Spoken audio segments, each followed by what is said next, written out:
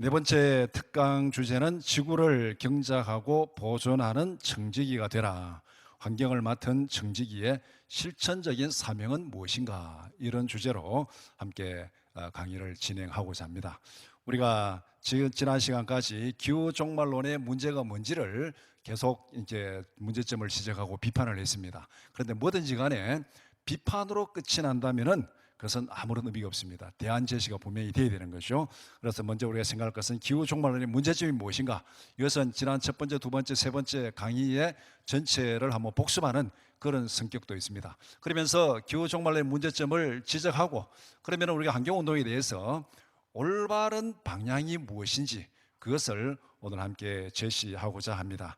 첫 번째 기후 종말론은 실현 불가능한 목표를 강요한다. 지난 강의 시간에서도 말씀드렸습니다. 탄소 제로 목표는 현실적으로 실현 불가능하다. 화석 에너지를 사용하지 않고 급진적인 생활 방식의 변화가 가능하냐? 그것은 불가능합니다.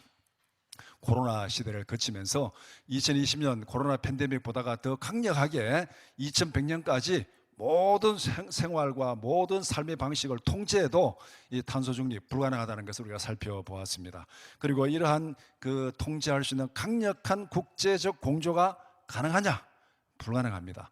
어느 나라도 파리 기후협약에 근거한 탄소 중립을 실현하기 위한 그런 행동 정책을 취한 나라는 아무도 없고, 또 어떤 나라도 다른 나라에 대해서 그렇게 강요할 수 있는 그런 권한도 없습니다. 그렇기 때문에 이 목표는 실현 불가능한 것이고, 그 다음에 화석 연료를 사용하지 말고 원자력도 사용하지 말고 순수하게 신재생 에너지만 사용해라. 우리가 이것을 흔히 RE100이라고 그렇게 얘기합니다. 그런데 현실적으로 우리가 만약에 서울에서 화석 에너지 사용하지 말고 원자력도 사용하지 말고 뭐 석탄 발전소도 사용하지 말고 다 사용하지 않으면은 서울에서 주유소 문 닫아야 되고 도시가스 끊고 전기 끊고 이렇게 하면은 과연 서울에서 작동하는 것이 무엇이 있겠습니까? 서울이 며칠을 버티겠습니까? 아니 몇 시간을 버티겠습니까? 지금 이 주유소 문 닫고 도시가스 끊고 전기 끊으면은 서울에 살아가는 천만 시민이 몇 시간을 버틸 수 있을지 우리가 한번 생각해 보면은 이게 정말 가능하냐 가능하지 않냐 금방 판가름이 나는 것입니다. 그럼에도 불구하고 불가능한 것을 알면서도 이렇게 강력하게 추진하고 강요하는 이유가 무엇인가? 그것을 통해서 이득을 보는 사람들이 있기 때문에 그렇습니다. 거기에 정치 세력이 개입하고 이권 단체들이 개입해서 안 되는 줄 알면서 그것을 강요하고 그렇게 해서 거기서 뭔가 이득을 찾고자 하는 그런 사람들이 있다는 것을 우리가 분명히 기억을 해야 됩니다. 그 다음에 두 번째는 기후종말론은 반문명적이고 인간 혐오적인 자기 모순적 주장이라고 그렇게 말했습니다. 탄소 배출을 줄이자는 구호의 목표는 화석 연료 사용 금지입니다. 그러면 화석 연료 없이 현재 인류 문명이 가능하냐?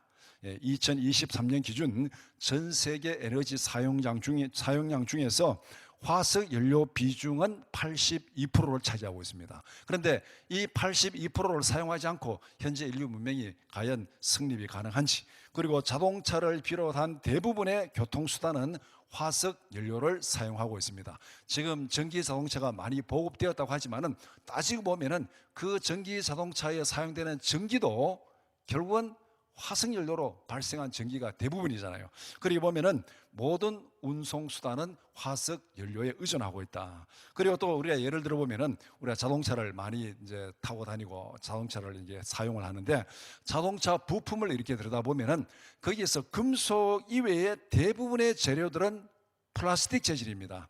다시 말하면은 석유 화학 제품들입니다. 자동차의 모든 부품들 거기에서 금속 빼고 또 대부분은 이 석유화학 제품인데 과연 이것이 가능하냐?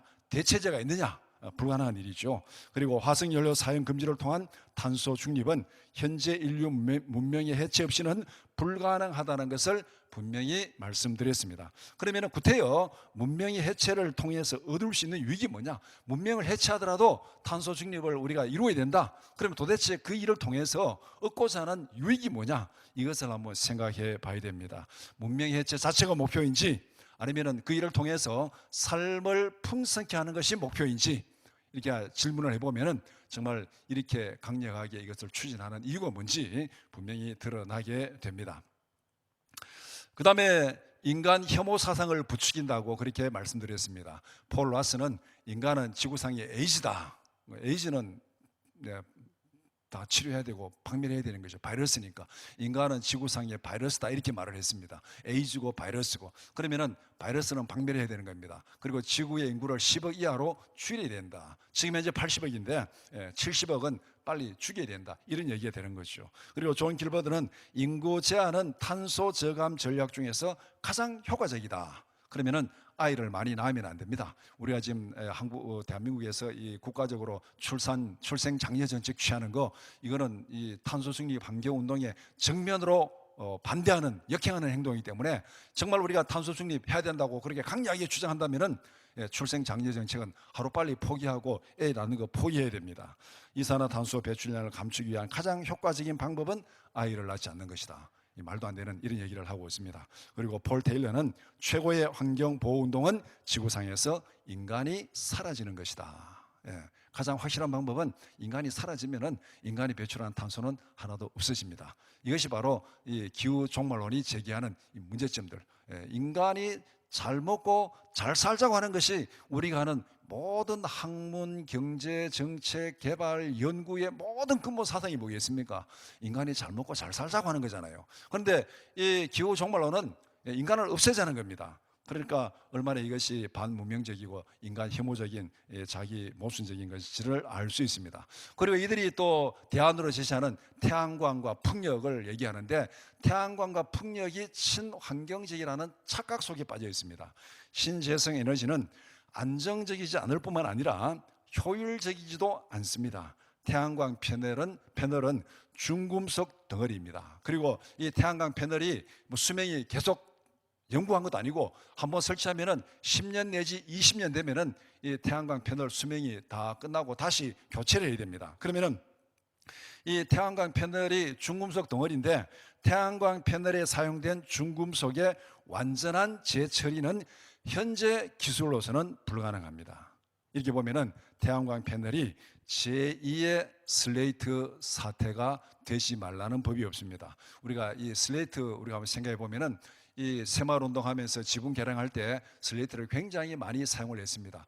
값싸게 이제 지붕 개량할 수 있으니까. 그리고 아마 나이가 좀 드신 분들은 그 슬레이트 가져다가 뭐 이렇게 야외 가서 또 캠핑 가가지고 그거 펴놓고 그 위에 삼겹살 구워 먹은 그런 추억들이 한두 번은 다 있을 것입니다. 그런데 오늘 어떻습니까? 그 슬레이트에 성면이 들어가 있고 그것이 발암 물질이라 해가지고 요사이는 슬레이트 지붕을 철거하려고 그러면은 철거 요원들이 방호복을 입고 방독면을 쓰고 그렇게 철거를 하고 있습니다. 그만큼 예전에는 이게 정말 필요하고 편리한 것이라고 생각했는데 이것이 오늘날은 굉장히 건강에 유해한 것이라고 생각을 하고 이렇게 여러 가지로 문제를 발생시키고 있습니다. 그렇다면 10년, 20년 뒤에 태양광 패널은 과연 어떻게 될까? 이거 우리가 심각하게 고민을 해봐야 됩니다. 그 많은 태양광 패널, 거기에는 중금속 덩어리들, 이거 어떻게 재처리할 것인지 정말 우리가 심각하게 문제를 생각해 봐야 됩니다. 이렇게 본다면은 이 태양광도 결코 친환경적이지 않고, 그 다음에 산속이나 해상의 풍력 발전도 생태계에 적지 않은 해를 끼치고 있습니다. 이 새들이라든가 여러 가지 생태계에 굉장히 이 악영향을 끼치고 있는 것이 바로 산속에 있는 풍력 발전입니다. 이렇게 보면은 이들이 기후 종말론자들이 주장하는 태양광, 풍력, 신재생 에너지, 이것이 친환경적이다. 그런데 그것도 한 번만 더 이렇게 들어가 보면은 결코 그것이 친환경적이 아니라는 것을 금방 알 수가 있습니다. 그 다음에 세 번째는 기후 종말론은 정보를 의도적으로 왜곡시키고 있습니다. 기후 종말론은 주어진 목적을 위해서 진리를 의도적으로 왜곡시킵니다. 위기를 조장하는 부정적인 면만 반복적으로 강조합니다. 긍정적인 면은 의도적으로 숨깁니다. 지구온난화의 긍정적인 면을 하나라도 설명하는 것을 보았습니까? 우리가 지난번 강의에서 온도가 1도 올라가면은 더워서 죽는 사람도 생기지만은, 그러나 온도가 1도 올라가면 해서 추워서 죽는 사람들이 죽지 않고 살아나는 숫자가 훨씬 더 많다 그랬습니다. 그러면은 지온이 1도 올라갔을 때 사람에게 해로운 거냐 유익하냐? 죽는 사람의 통계로 보면은 오히려 해로운 것이 아니라 유익합니다. 그런데 이 기후 종말론자들은 계속 부정적인 면만 강조해가지고 기온 1도 올라가면은 그야말로 뭐 인간이 살 수 없는 그런 막 지구의 종말이 오고 막 재난이 닥치는 것처럼 그렇게 부정적인 면만 의도적으로 강조하고 있습니다. 그러면서 이 긍정적인 면 하나도 이게 설명하지 않는데, 예를 들면은 저는 그 뉴스나 이런 거 신문을 보면서 이런 뉴스를 많이 봤습니다. 지금은 사과의 재배지가 굉장히 북상을 하고 있다, 이런 기사들을 아마 여러분들 한두 번은 다 보셨을 것입니다. 그러면서 그 뒤에 따라오는 게 뭐냐면은 지구 온난화 때문에 그렇다, 그러면서 지구 온난화 때문에 사과 재배지가 지금 북상하고 있다. 옛날 같으면 대구를 중심으로 사과 재배지인데 그것이 이제 뭐 청송으로, 그 다음에 충청도로, 그 다음에 강원도까지 이렇게 이제 사과가 재배되는, 이만큼은 북상화되었다. 그래서 이게 이 지구 온난화 때문에 그래 된 것이다. 그러면 그 뉘앙스가 지금 큰일 났다, 이런 뉘앙스를 기사에서 주는 것을 많이 보았습니다. 그러면은 한번 우리가 뒤집어 생각하면은 사과 재배지가 그만큼 북상하고 넓어지는 게 뭐가 잘못됐다는 겁니까? 사과 재배가 많아지는 것이고 훨씬 더 재배 면적이 넓어지는 것이고 좋은 영향이 오히려 더 많다는 것이죠. 그래서 지구온난화로 사과 재배가 많이 넓어지고 북상했다, 뭐가 나쁘다는 겁니까? 나쁜 게 없어요.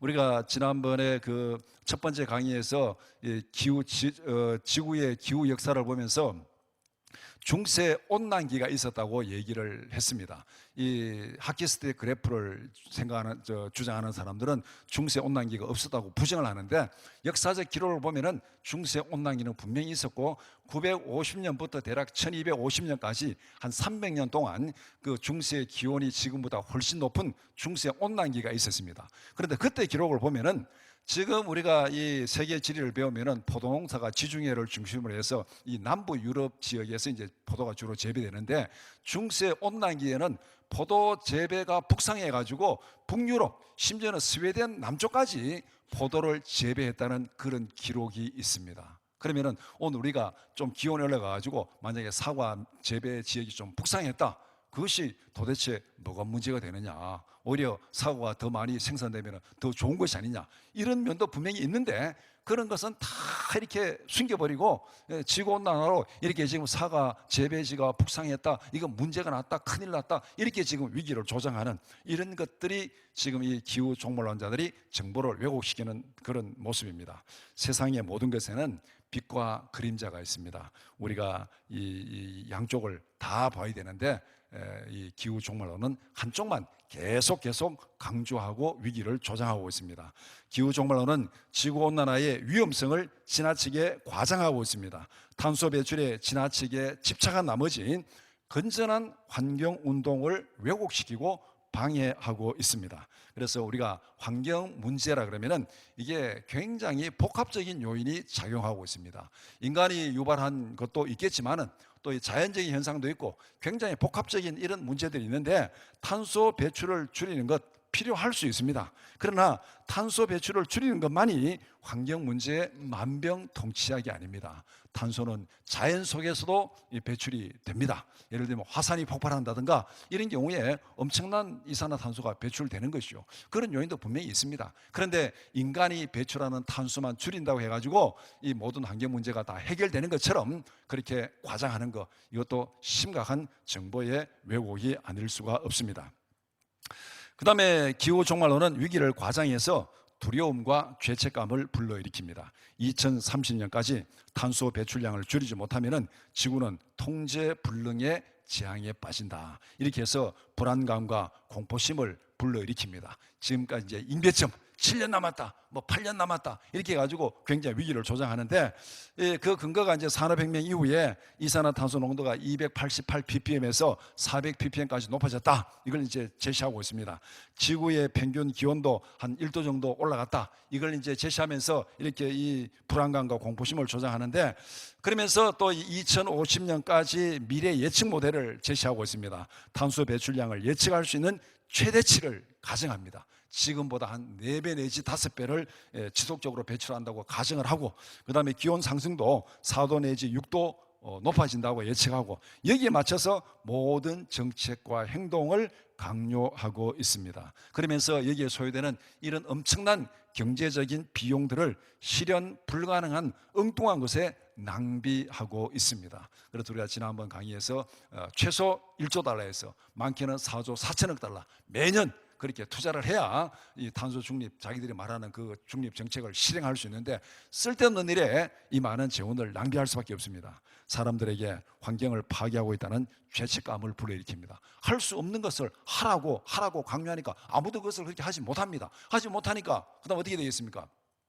내가 지금 환경을 파괴하고 있구나, 저렇게 해야 되는데 내가 지금 못하고 있구나, 이렇게 해서 우리 마음속에 죄책감을 불러일으킵니다. 이것도 대중매체와 환경단체의 마케팅 전략의 한 방법일 수 있습니다. 기부금으로 죄책감을 해소하려는 사람들의 행동은 지극히 자연스러운 것입니다. 예를 들어서 내가 환경을 파괴하고 있다. 그럼 내가 할 수 있는 방법이 없다. 어떻게 해야 되지?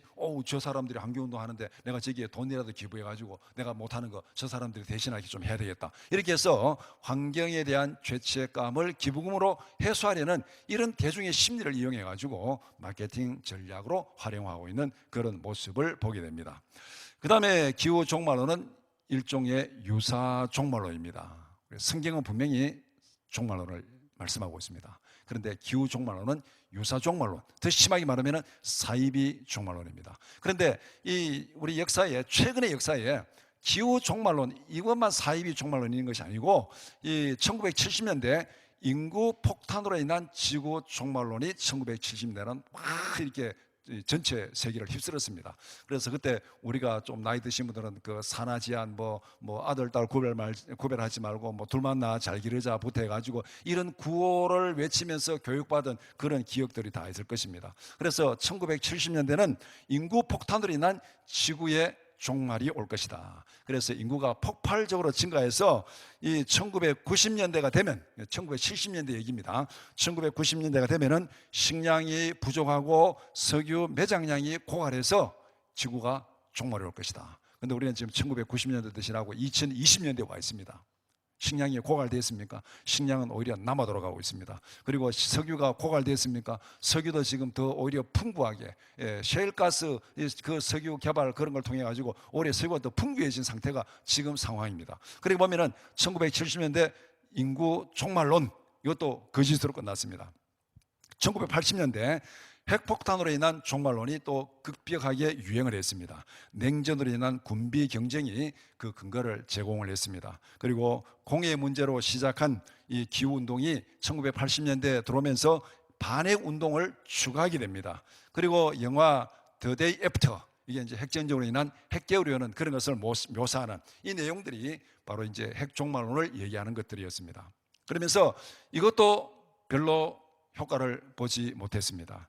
1990년대부터는 지구 온난화로 인한 기후 종말론을 부르짖기 시작했습니다. 여기에 모델로 등장하는 것이 무슨 불타는 지구, 북극곰, 투발루의 해수면 상승, 이런 것들을 계속 얘기하고 있는데, 온실가스에 집중하면서 이산화탄소를 문제의 원흉으로 몰아가고 있는 이것이 기후 종말론의 실상입니다. 이것이 얼마나 허구였고 잘못된 것인가를 첫 번째 시간에서 제가 말씀을 드렸습니다. 그 다음에 이렇게 보면은 기후 종말론은 인간의 삶의 질을 떨어뜨린다. 기후 종말론은 진단과 처방이 잘못되었습니다. 기후 변화를 부정하는 것 아닙니다. 기후는 항상 변화하고 있습니다. 한 번도 기후는 정치되고 그대로 변화 없이 고정된 적은 없습니다. 늘 변화되고 있습니다. 지구 역사를 보면은 1500년 주기로 기후는 온난화와 한랭화를 주기적으로 반복하고 있습니다. 그렇기 때문에 우리가 기후 변화가 없다, 이것은 과학적이지 않습니다. 기후는 분명히 변합니다. 그런데 원인에 대한 진단이 잘못되었고 그것을 해결하기 위한 처방책이 잘못되었다는 것입니다. 폭염에 시달리는 사람들에게 필요한 처방책이 무엇입니까? 앞에 강의에서 말씀드렸듯이 주거 환경을 개선하고, 그 다음에 이렇게 이 냉난방 시스템을 잘 이렇게 보급하고 에너지를 공급해가지고 이게 이 더위와 추위를 이길 수 있도록 만들어주는 것이 지금 필요한 것인데, 그 대체 그것을 놓고 화석연료를 사용하지 말고 탄소를 줄여가지고 지구 온난화를 막아서 그것을 대체해야 된다. 이거는 2100년의 얘기고 먼 미래 얘기고 효과도 없는 얘기고, 그러니까 얼마나 이게 잘못된 기후 정책인지를 우리가 지난번 강의에서 살펴보았습니다. 그리고 기후 종말론의 사실 왜곡, 거짓 선동은 강 건너 불구경이 아닙니다. 기후 종말론은 두려움과 공포심을 조장해서 심리적으로 우울증에 빠지게 합니다. 많은 사람들을 죄책감에 시달리게 만듭니다.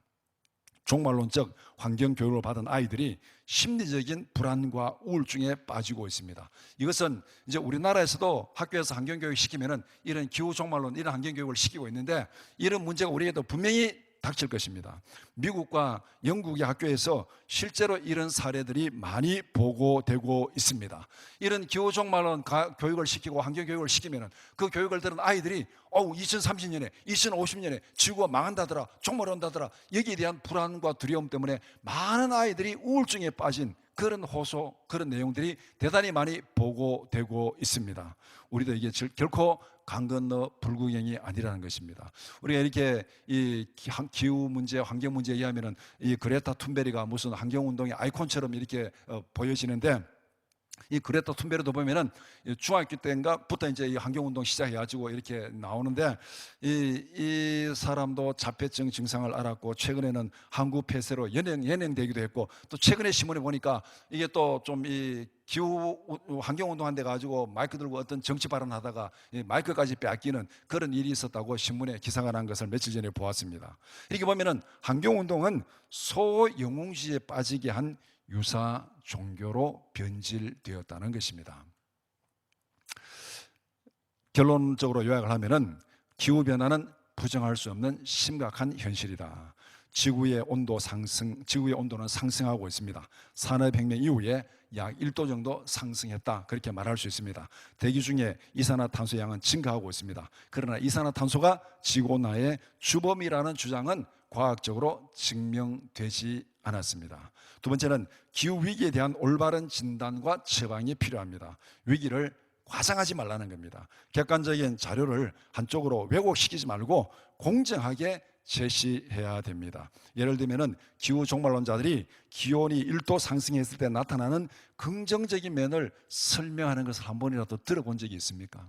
여러분들 뉴스를 가만히 보고 신문 기사 가만히 읽어보면은 이 기후 종말론, 지구 온난화를 얘기하는 사람들이 지구 온도가 1도 올라갔습니다, 올라가면 이런 나쁜 점들이 있고 이런 긍정적인 것들이 있습니다 하면서 긍정적인 면을 얘기한 걸 한 번이라도 들어본 적이 있으면은 한번 여러분들 한번 손에 꼽아 보시기 바랍니다. 제 기억에는 이런 기사들이 나올 때 긍정적인 면은 하나도 얘기하지 않습니다. 다 부정적인 얘기만 굉장히 과장을 하고 있습니다. 그런데 기온이 온도 1도 올라가면은 식물의 성장이 촉진됩니다. 그리고 이 재배 면적, 식물의 재배 면적, 곡식의 재배 면적이 넓어집니다. 앞에서 이 사과의 재배 지역이 북상하는 것처럼 이 식물, 곡식의 재배 면적이 넓어지고 있습니다. 그러면은 식량 생산이 더 많아진다는 거예요. 식물의 성장이 촉진되기 때문에.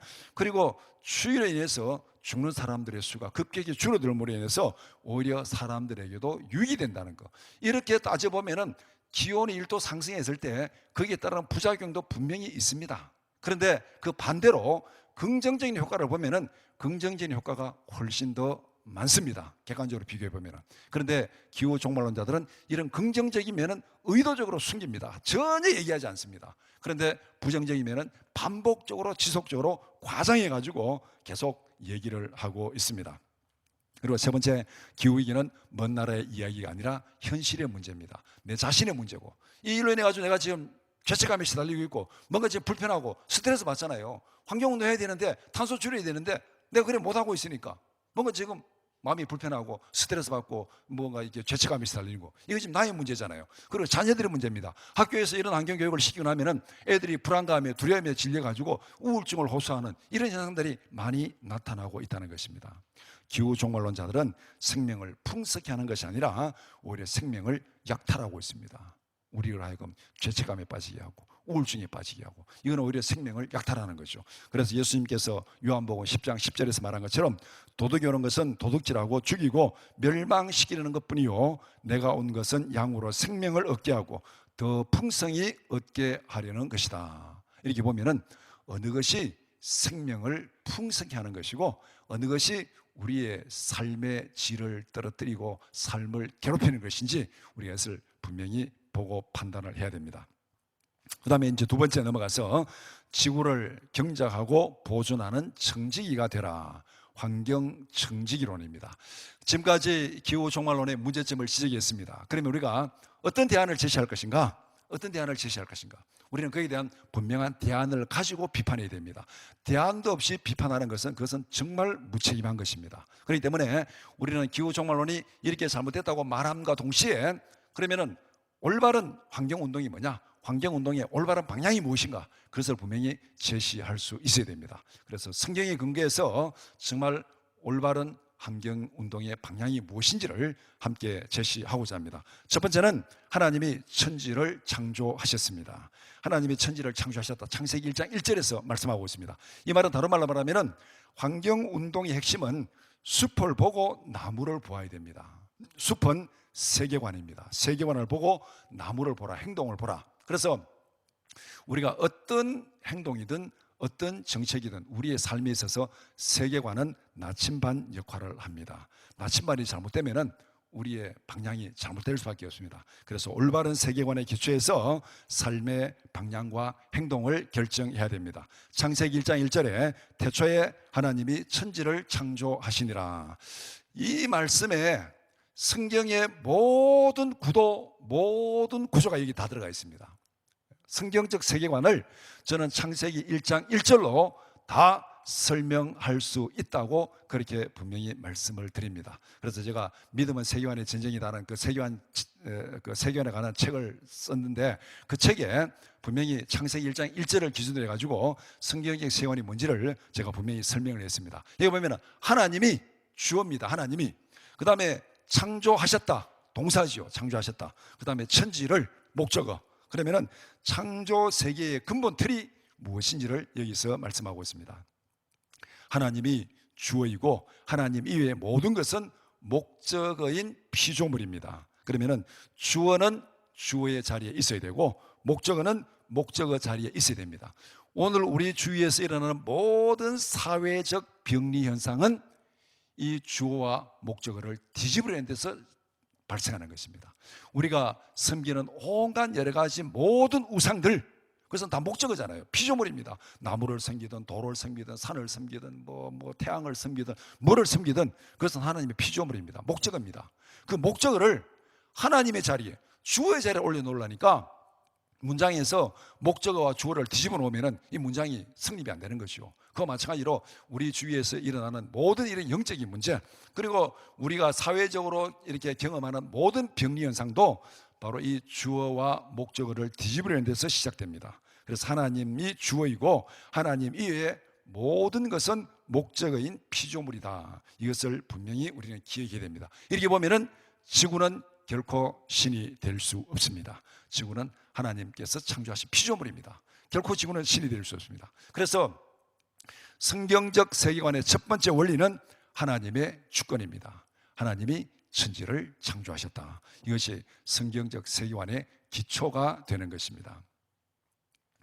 그 다음에 두 번째, 하나님이 계획하신 인간 창조의 특징과 사명입니다. 창세기 1장 26절에서 28절, 하나님이 이르시되 우리의 형상을 따라 우리의 모양대로 우리가 사람을 만들고 그들로 바다의 물고기와 하늘의 새와 가축과 온 땅과 땅에 기는 모든 것을 다스리게 하자 하시고, 하나님이 자기 형상 곧 하나님의 형상대로 사람을 창조하시되 남자와 여자를 창조하시고 하나님이 그들에게 복을 주시며 하나님이 그들에게 이르시되 생육하고 번성하여 땅에 충만하라. 땅을 정복하라. 바다의 물고기와 하늘의 새와 땅에 움직이는 모든 생물을 다스리라 하시니라. 이 성경 구절에서 하나님이 계획하신 인간의 창조 특징과 사명이 무엇인지를 분명히 말씀하고 있습니다. 이게 보면 여기서 이제 성경적 세계관의 두 번째 원리가 나옵니다. 두 번째 원리는 인간의 청지기적 사명입니다. 이 구절을 좀 길어서 여러분들 이 구절 읽으면 이게 뭐가 사명인지를 잘 이해가 되지 않습니다. 이 내용을 세 개의 기둥으로 제가 설명을 드리겠습니다. 첫 번째는 하나님의 형상대로 창조하셨습니다. 창세기 1장 27절, 하나님의 형상대로 창조했다는 것은 하나님과 소통할 수 있는 존재로 창조되었습니다. 그렇기 때문에 우리에게 첫 번째 사명은 하나님을 경외하는 예배의 사명입니다. 이것이 10계명의 1계명부터 4계명까지 내용입니다.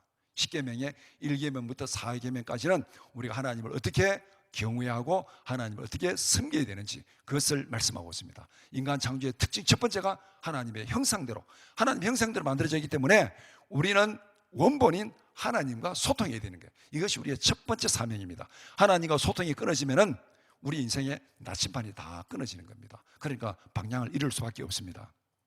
두 번째는 남자와 여자로 창조하셨다. 공동체에서 살아가도록 창조되었습니다. 인간은 혼자 살아가는 것이 아닙니다. 공동체 안에서 살아가도록 창조되었습니다. 이 내용이 10계명의 5계명부터 10계명까지 내용이 바로 여기에 해당되는 겁니다. 공동체 안에서 공동체를 세우며 살아가라. 그 다음에 세 번째는 만물을 다스리는 사명을 주셨습니다. 창세기 1장 28절 경작의 사명입니다. 경작의 사명은 공동체도 동일하게 적용되고 있습니다. 그래서 청지기적 사명을 우리에게 주셨습니다. 이것이 창세기 1장 28절만 보면은 군림하고 착취하는 것이 아니라 경작하고 보존하라는 사명을 주셨습니다. 그래서 창세기 1장 28절은 창세기 2장 15절과 같이 읽을 때 구체적인 다스리는 구체적인 내용이 뭔지를 창세기 2장 15절에서 보충 설명하고 있습니다. 여호와 하나님이 그 사람을 이끌어 에덴 동산에 두어 그것을 경작하며 지키게 하시고 이렇게 말씀하고 있습니다. 그러니까 성경적 세계관의 기초가 창세기 1장 1절이라고 했습니다. 이것이 건물로 말하면 기초 반석입니다. 하나님이 천지를 창조한 하나님의 주권 위에 세 개의 기둥이 서 있습니다. 첫 번째 기둥은 하나님의 형상대로 만들어졌다. 하나님을 경외하는 사명. 두 번째는 남자와 여자로 창조되었다. 공동체를 세우는 사명. 세 번째는 만물을 다스리라는 청지기적 사명을 주셨습니다. 경작의 사명. 이 세 기둥이 세워진 것, 이것이 바로 성경적 세계관의 세 기둥입니다. 그 다음에 하나님은 세계를 선하게 창조했습니다. 창세기 1장 31절 하나님이 지으신 그 모든 것을 보시니 보시기에 심히 좋았더라. 아침이 되고 저녁이 되고 아침이 되니 이는 여섯째 날이니라. 물질을 악하게 창조하지 않았습니다. 그리스 철학은 영혼은 선하고 물질은 악하다는 이런 이원론에 빠져 있습니다. 그런데 성경은 그 어디에도 물질이 악하다고 말하지 않습니다. 하나님께서 창조하신 그 모든 것, 물질 세계를 보시고 보시기에 심히 좋았더라, 그렇게 말씀하고 있습니다. 하나님이 창조하신 지구는 결코 신이 될 수 없습니다. 범신론적인 환경론, 범신론적 환경론을 배격하는 것입니다. 그러니까 생태 중심주의, 이코센트리즘, 이거는 범신론에 빠지는 거. 이거는 지구를 신으로 섬기는, 지구는 결코 신이 될 수 없습니다. 그래서 기독교 환경운동연대, 기독교 이름으로 환경운동을 하는 제일 큰 단체가, 대한민국에서 제일 크고 역사가 제일 오래된 단체가 기독교 환경운동연대입니다. 기독교 이름으로 환경운동하니까 굉장히 좋고 칭찬할 만한데 제가 그 내용을 보고 정말 깜짝 놀랐습니다. 이명박 정부 시절에 4대강 사업을 했는데, 제가 뭐 4대강 사업이 옳다 그러다 그것을 여기서 말하고자 하는 거 아닙니다. 그런데 기독교 환경운동연대가 4대강 사업을 반대하면서 내건 모토가 뭐냐면은 하나님의 몸에 삽질하지 말라. 하나님의 몸에 삽질하지 말라. 이게 바로 범신론에 빠진 거죠. 지구를 하나님의 몸이라고, 하나님이라고 생각하고 거기에 삽질하지 말라. 이거는 성경으로서는 도저히 용납할 수 없는 그런 얘기입니다. 그래서 성경적 세계관의 세 번째 원리는 창조 세계의 완성입니다. 세계의 완성. 이 완성은 인간이 살아갈 인생의 목표를 제시하고 있습니다.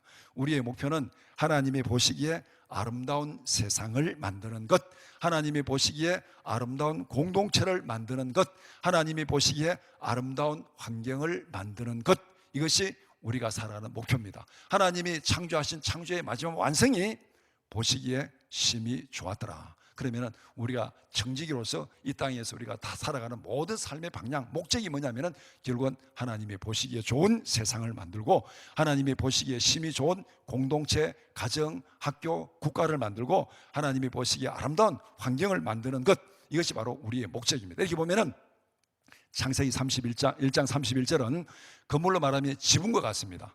자, 그러면은 성경적 세계관을 하나의 건물에 비유를 한다면은 창세기 1장 1절은 기초 반석입니다. 그 다음에 1장 26절에서 28절은 그 반석 위에 세워진 세 개의 기둥, 하나님 앞에 하나님을 경외하는 사명, 공동체를 세우는 사명, 그 다음에 자연 환경을 다스리는 청지기적 사명, 이 세 개의 기둥 위에 지붕이 있는데 그 지붕이 뭐냐? 보시기에 심히 좋았더라. 완성은 하나님이 보시기에 심히 좋은 공동체, 세상 환경을 만들어가는 것, 이것이 우리가 이 땅에서 살아가는 삶의 방향이요 목적입니다. 이런 면에서 성경적 세계관은 우리의 생각과 행동과 삶의 나침반 역할을 하는 것입니다. 이 나침반이 없어지거나 나침반이 고장나버리면 우리는 삶의 방향을 잃을 수밖에 없습니다. 그 다음에 두 번째 생각할 것, 첫 번째 하나님이 천지를 창조하셨다 그랬죠. 하나님의 이제 성경적 세계관. 두 번째는 자연은 인간의 범죄로 인하여 타락하였다. 자연이 선하게 창조될 당시에 선한 그 상태, 하나님이 보시기에 심히 좋았더라. 그 상태로 지금 우리가 대하는 자연이 그렇게 존재하는 게 아닙니다. 지금 우리가 대하는 이 자연은 그 창조의 원래 상태가 아닙니다. 인간의 죄로 인해서 타락했습니다. 창세기 3장 17절에 아담에게 이르시되 내가 내 아내의 말을 듣고 내가 내게 먹지 말라 한 나무의 열매를 먹었은즉 땅은 너로 말미암아 저주를 받고 너는 내 평생에 수고하여 그 소산을 먹으리라. 땅은 너로 말미암아 저주를 받고 인간의 범죄로 자연은 타락했습니다. 이거 우리가 분명히 인정해야 됩니다.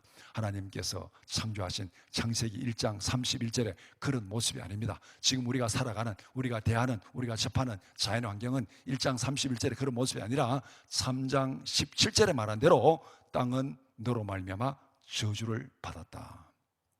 자연은 선한 상태로 존재하는 것이 아닙니다. 자연은 타락한 질서 속에서 신음하고 있습니다. 로마서 1장 21절에서도 분명히 말씀하고 있습니다. 그래서 우리가 자연 세계를 들여다보면 여기는 엄청난 약육강식에 정말 비참한 일들이 벌어지고 있습니다. 숲속에 들어가 보면 거기에는 강한 동물들이 작은 동물들을 잡아먹는 이런 정말 약육강식의 비참한 이런 모습들이 일어나고 있는데 이게 결코 선한 모습 아니잖아요. 그래서 이사야에 보면은 나중에 하나님 앞에 회복될 때의 모습을 이게 이 어린아이가 독사의 굴에 손을 넣고 이 송아지가 사자들과 같이 뛰놀고 이런 모습을 지금 말하고 있는 그것이 장차 회복될 자연의 모습을 성경에서 말하고 있습니다. 지금 현재 우리가 접하는 이 자연 환경은 그런 모습도 아니고 처음에 창조된 모습도 아닙니다. 약육강식 먹이사슬 속에서 지금 비참한 일들이 벌어지는 이런 일들이 지금 우리가 접하는 자연입니다. 그리고 이 자연 속에 들어가면은 거기는 엄청 많은 뭐 독충도 있고 해충도 있고 뭐 우리가 또 이렇게 가을 지나면서 쯔쯔가무시 뭐 이런 것들 바이러스 엄청난 이런 해충들이 많이 있잖아요. 이것이 결코 아름다운 자연은 아닙니다. 이렇게 본다면 뒤집어 보면은 자연은 타락했기 때문에 자연을 경작하지 않고 자연에 손을 대지 않는 것이 반드시 좋은 것은 아닙니다. 만약에 자연 상태로 그대로 있는 것이 좋다 그러면은 오늘날 빈대가 많이 생겨죠. 빈대 살충제 뿌려가지고 잡는 거 그건 어떻게 가능합니까? 그것도 그대로 둬야죠. 그리고 무슨 바이러스가 유행하는 거 그것도 자연 상태로 그대로 둬야죠. 자연은 손대지 말라 그러면서 왜 바이러스는 우리가 잡아야 되고 억제해야 되고 박멸해야 됩니까? 그것도 자연 현상인데 말이 안 되는 얘기잖아요. 그렇기 때문에 자연은 타락했기 때문에 자연을 경작하지 않고 손대지 않고 그대로 두는 것이 반드시 좋은 것은 아니라는 겁니다. 자연은 타락했기 때문에 우리가 거기에 경작하고 관리하는 이 인간의 경작이 분명히 거기에 가미되어야 됩니다. 자연은 손대지 마라. 거룩한 것이다. 신성한 것이다. 이거는 다 범신론적인 정령 숭배 사상과 연관되어 있습니다. 그 다음에 세 번째, 급진적 환경론자들은 자연은 선하다고 생각합니다.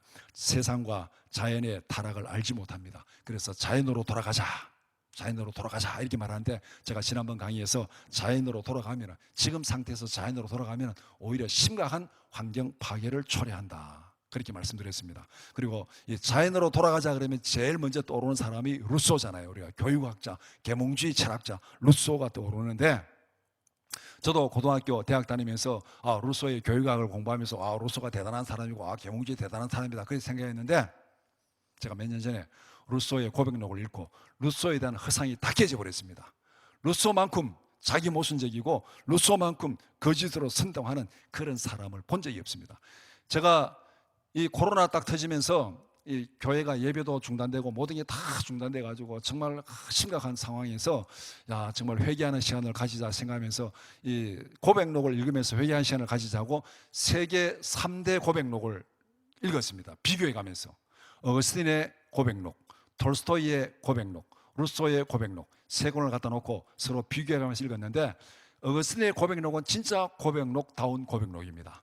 톨스토이의 고백록도 진짜 고백록다운 고백록입니다. 제가 읽고 판단하는데, 근데 루소의 고백록은 이건 고백록이 아니에요. 이거는 자기 잘못을 끝까지 변명하고 자기 합리화하는 궤변으로 늘어져 있는 것이 루소의 고백록입니다. 와, 정말 그래서 제가 우리 흔히 말하는 계몽주의자들이라고 말하는 이 사람들의 허상이 뭔지를 보았습니다. 오늘날도 마찬가지입니다. 계몽주의자라고 말하는, 하나님을 부정하고 하나님의 계시를 부정하고 계몽주의자라고 말하는 이런 사람들, 저는 그래서 성경적으로 로마서 1장에 있는 그걸로 계몽주의를 저는 이렇게 정의했습니다.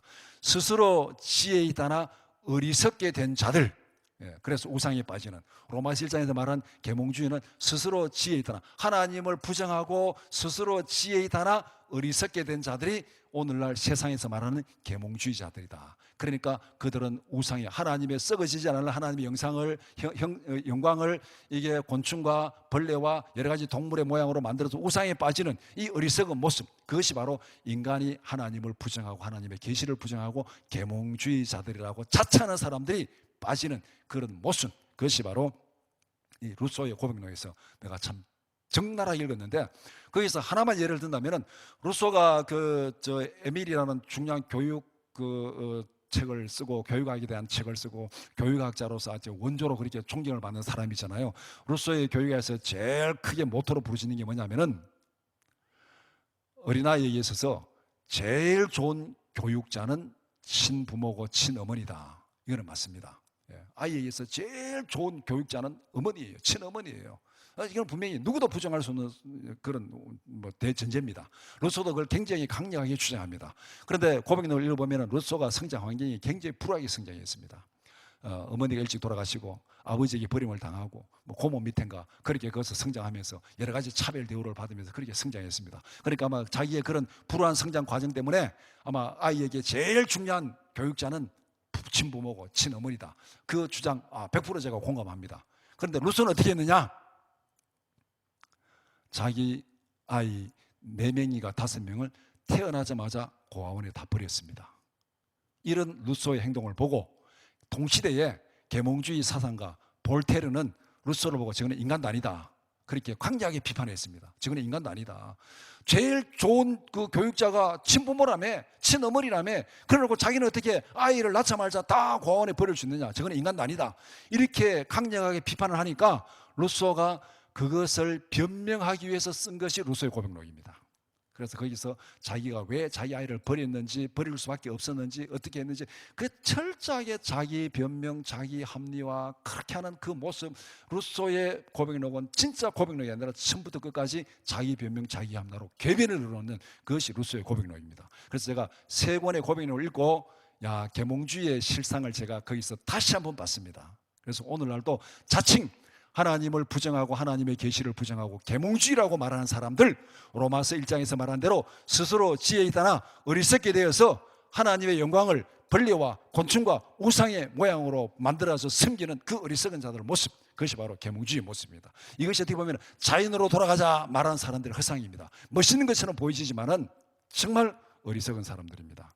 기후 종말론자들, 급진적인 환경론자들은 모든 종류의 경작 개발을 반대합니다. 그래서 앞에서 제가 말씀드린 대로 조그만한 생물들을 대리해서 소송을 제기합니다. 그래서 우리가 기획한 대로 이 천성산 도롱뇽 소송, KTX 터널 공사 못하게 했고, 제주 강정마을 말똥개 소송, 그 다음에 사패산 터널 고란초 소송, 이런 소송을 해가지고 모든 개발을 다 못하게 방해하는 이런 것들이 이제 급진적 환경론자들이 말하고 있는 거. 자연은 선하고 자연은 신성하니까 손대지 말아라.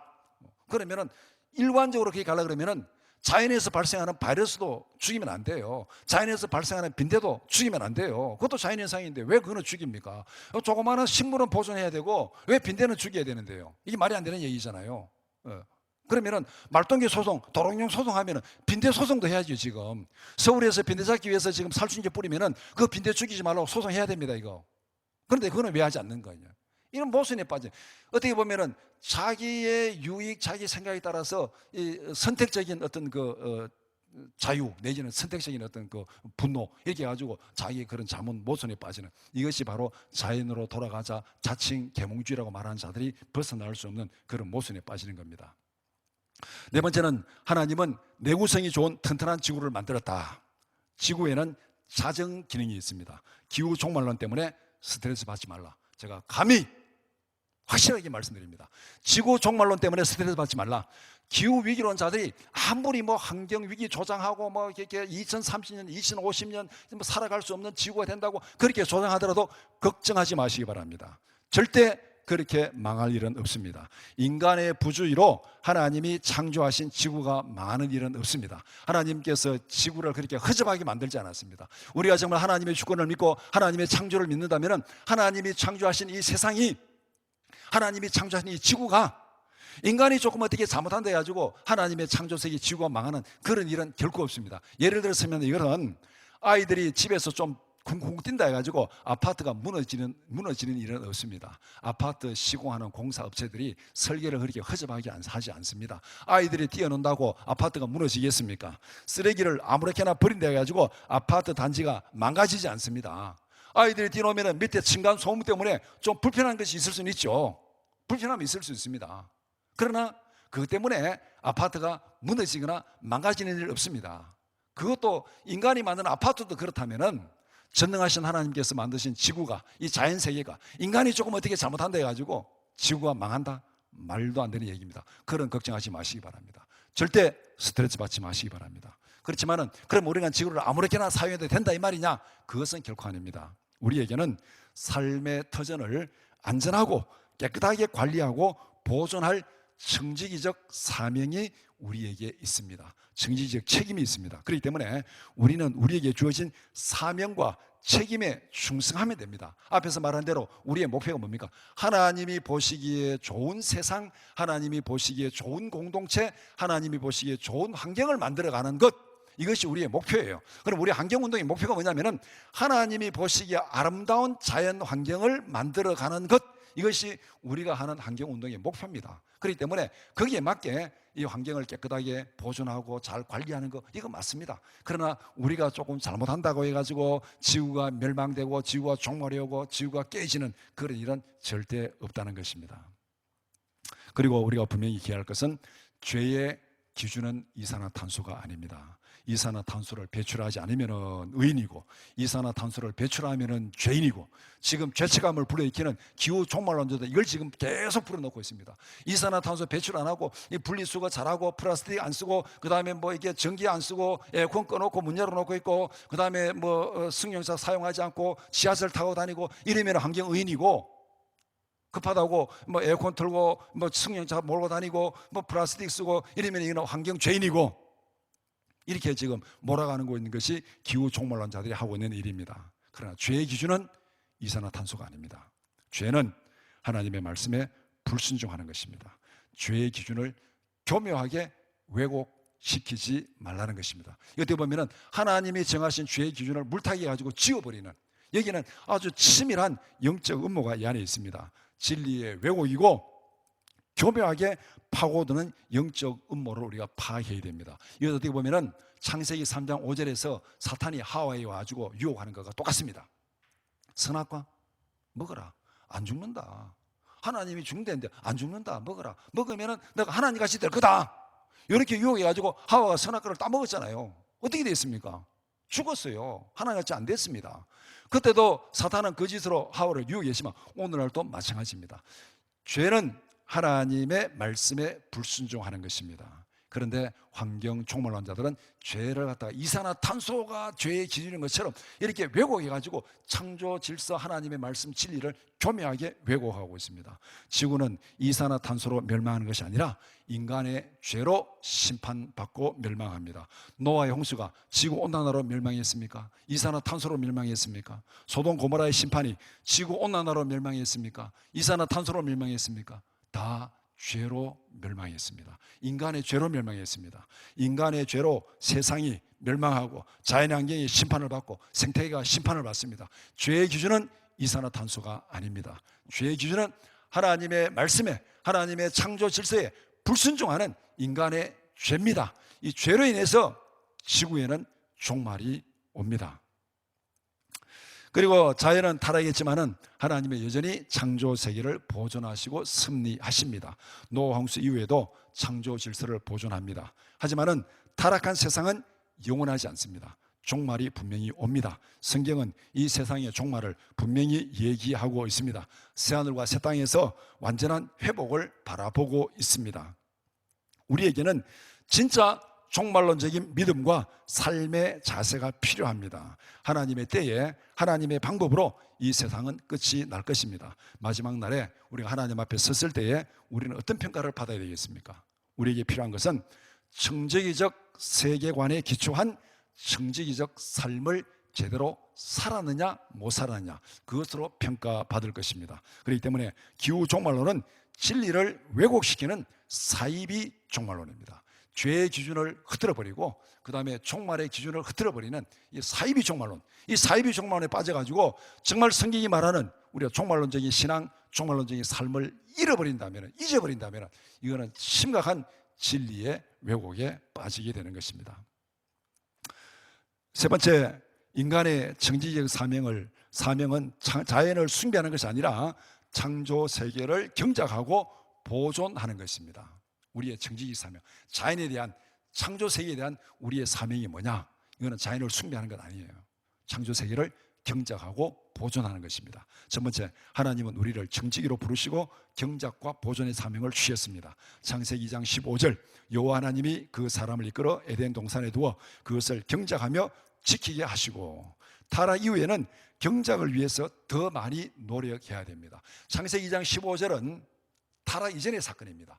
그렇게 경작과 보존의 사명을 주셨는데 창세기 3장에 와서 인간의 범죄로 인해서 자연이 타락했습니다. 타락한 이후에는 경작의 사명이, 노력이 더 필요합니다. 창세기 3장 19절, 내가 흙으로 돌아갈 때까지 얼굴에 땀을 흘려야 먹을 것을 먹으리니 내가 그것에서 취함을 입었음이라. 너는 흙이니 흙으로 돌아갈 것이니라 하시니라.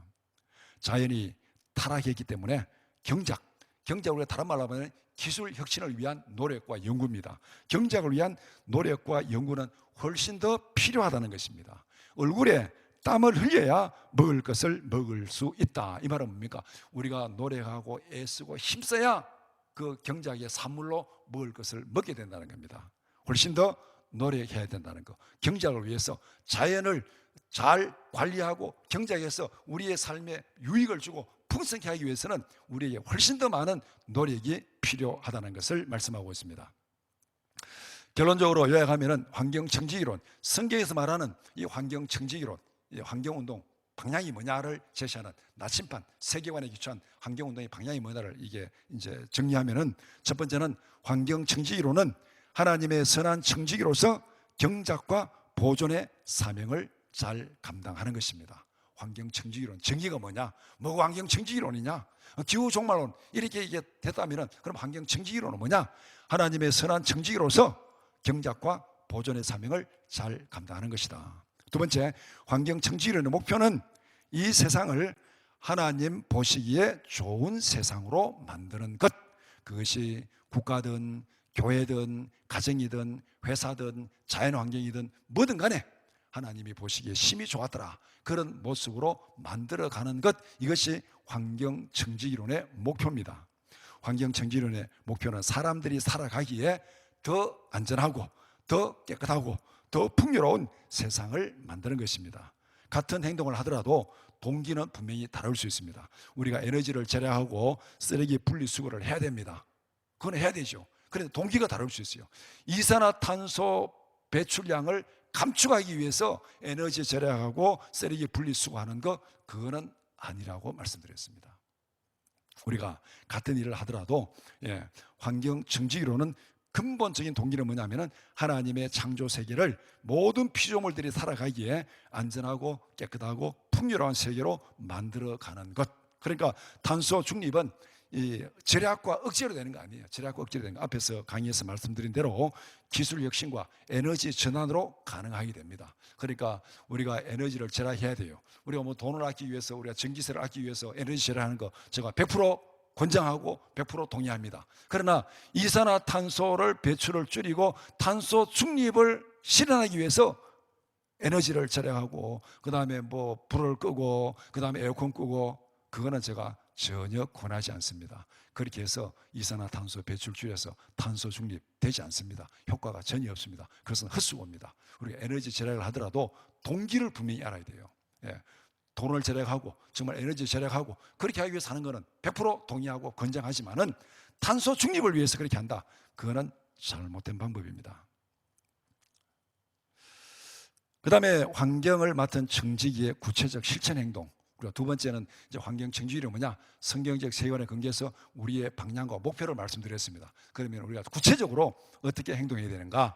파리 기후협약에 의해서 탄소 중립을 말하는 사람들은 거기에 구체적인 실천 방법을 여러 가지 얘기했습니다. 무슨 대중교통 이용하기, 그 다음에 뭐 화석연료 사용하지 않기, 그 다음에 플라스틱 사용하지 않기, 그 다음에 뭐 전기 플러그 뽑기 등등 이런 여러 가지 실천 방법을 말씀했잖아요. 그 사람 말했잖아요. 그렇다면은 환경 청지기에 있어서 구체적인 실천 행동이 무엇인가? 첫 번째는 창조자 하나님을 경외하라. 숲을 보고 나무를 봐야 됩니다.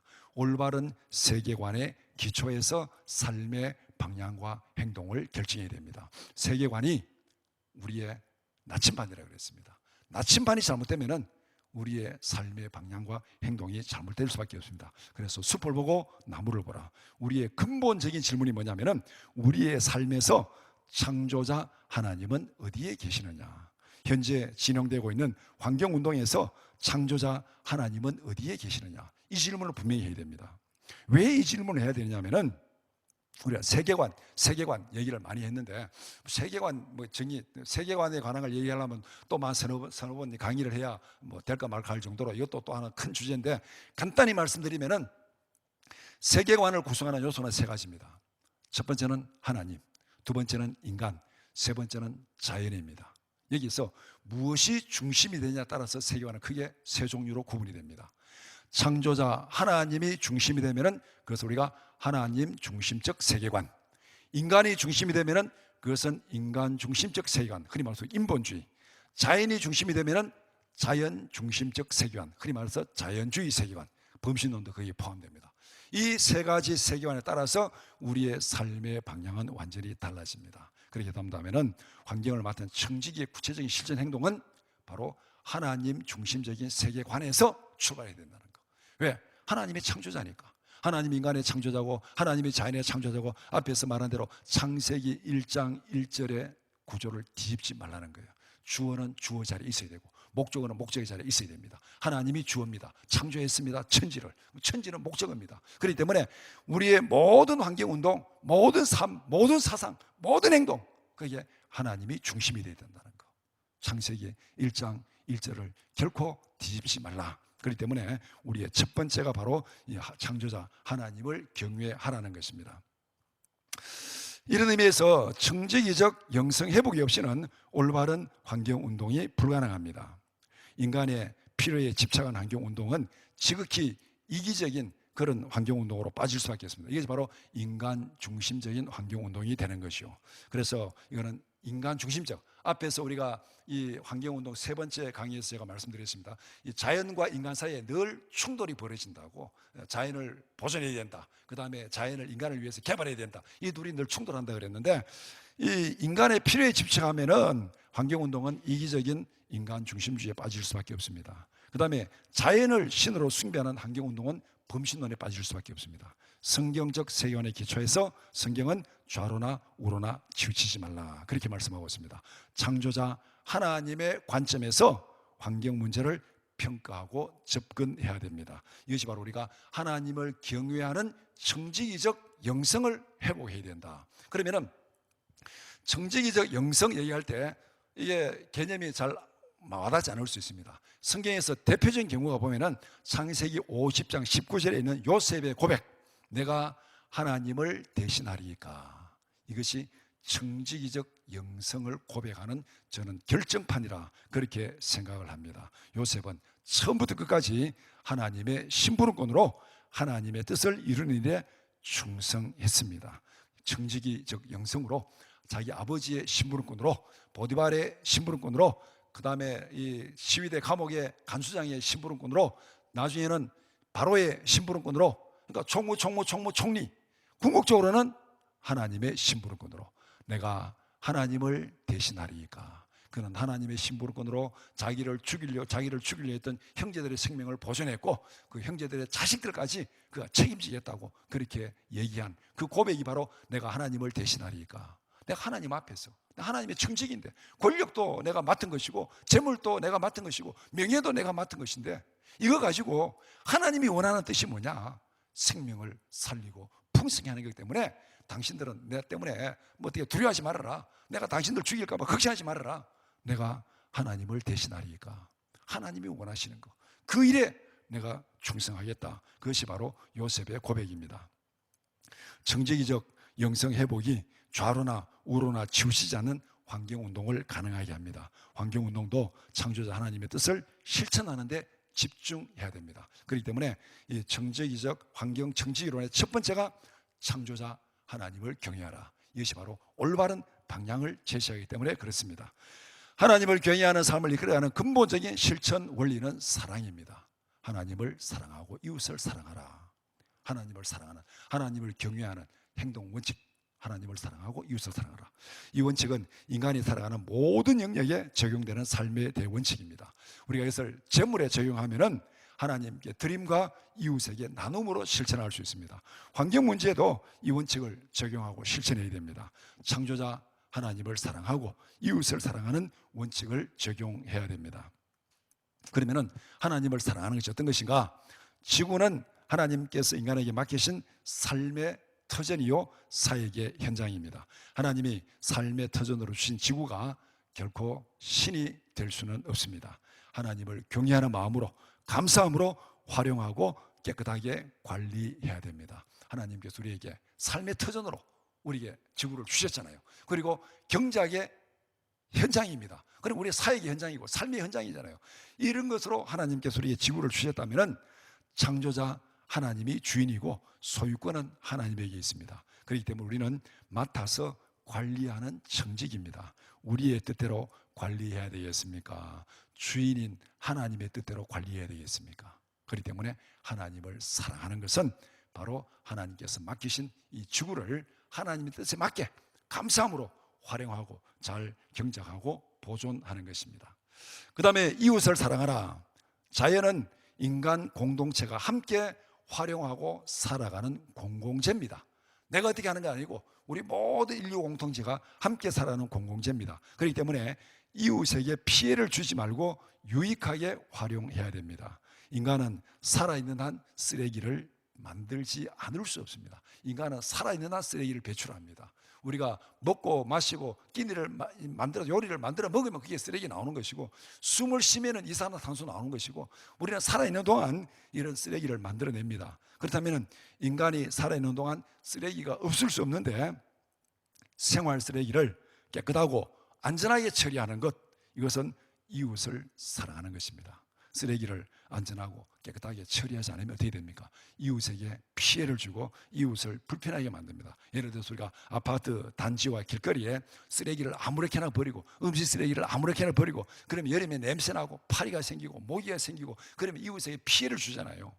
이거는 결코 이웃을 사랑하는 것이 아닙니다. 우리가 이웃을 사랑하라는 것을 환경운동에 적용을 하면은 정말 우리의 삶의 환경, 주위의 환경을 깨끗하게 이웃의 사람들이, 다른 사람들이 불편하고 불쾌하지 않도록 만들어주는 것, 이것이 바로 이웃을 사랑하는 것입니다. 예를 들어서 여러분들이 겨울 바다에 여행을 갔는데 여름에 휴가철에 즐기고 간 사람들이 거기에 막 쓰레기를 막 버리고 갔다면 그 겨울철 바다에 갔던 사람들이 얼마나 불쾌하겠습니까? 그게 바로 이웃에게 피해를 주는 것이죠. 내가 이웃을 사랑하는 것은 여름에 내가 바닷가에서 휴가를 즐겼다면 내가 즐긴 쓰레기, 내가 활동하면서 발생한 쓰레기는 내가 깨끗하게 치워주고 보존해 주는 것이 그 다음에 겨울에 바닷가에 오는 사람들을 배려하고 사랑하는 것입니다. 그래서 이웃을 사랑하라가 환경운동에 적용하면 바로 이렇게 되는 것입니다. 그럼 여기서 또 하나 우리가 질문할 수 있는 것이, 그러면 누가 나의 이웃인가? 현재 세대와 다음 세대를 포함한 모든 인류는 생태 공동체의 이웃입니다. 지금 당시대 사람들도 이웃이고 그 다음 세대에 태어날 사람도 우리의 이웃입니다. 그리고 모든 피조물은 하나님이 창조하신 생태 공동체의 일원으로 존재하고 있습니다. 사람, 동식물, 생태계는 하나님이 창조하신 생명 공동체의 일원입니다. 그래서 생태계가 파괴되면은 인간도 살아갈 수가 없습니다. 그래서 창조자 하나님이 만물의 주인입니다. 하나님을 경외함으로 사람을 사랑해야 되고 하나님을 경외함으로 자연을 사랑해야 됩니다. 왜냐하면 이거는 자연을 신격 관행하고는 전혀 다릅니다. 자연을 신으로 섬기는 것하고 전혀 다릅니다. 자연의 소유권은 인간에 있지 않습니다. 자연의 소유권은 하나님께 있습니다. 그렇기 때문에 하나님을 경외함으로 하나님의 것을 잘 관리하고 보존하는 것, 이것이 바로 우리가 자연을 사랑하는 것입니다. 자연을 신으로 섬기고는 전혀 다른 얘기가 되는 것입니다. 그 다음에 두 번째는 하나님이 맡기신 창조 세계를 경작하라. 첫 번째는 하나님을 경외하는 것이고 두 번째는 경작하라. 경작의 의미가 뭐냐? 경작은 하나님이 창조 세계에 심어두신 잠재력을 충분히 드러나게 하는 것. 잠재력을 충분히 드러나게 하는 것. 하나님께서 아담과 하와를 에덴 동산에 갖다 놓고 여기서 경작하고 보존할 때 거기는 아직까지 비가 오고 경작하는 사람이 없기 때문에 에덴 동산이 빈 땅이었다 그랬습니다. 빈 땅.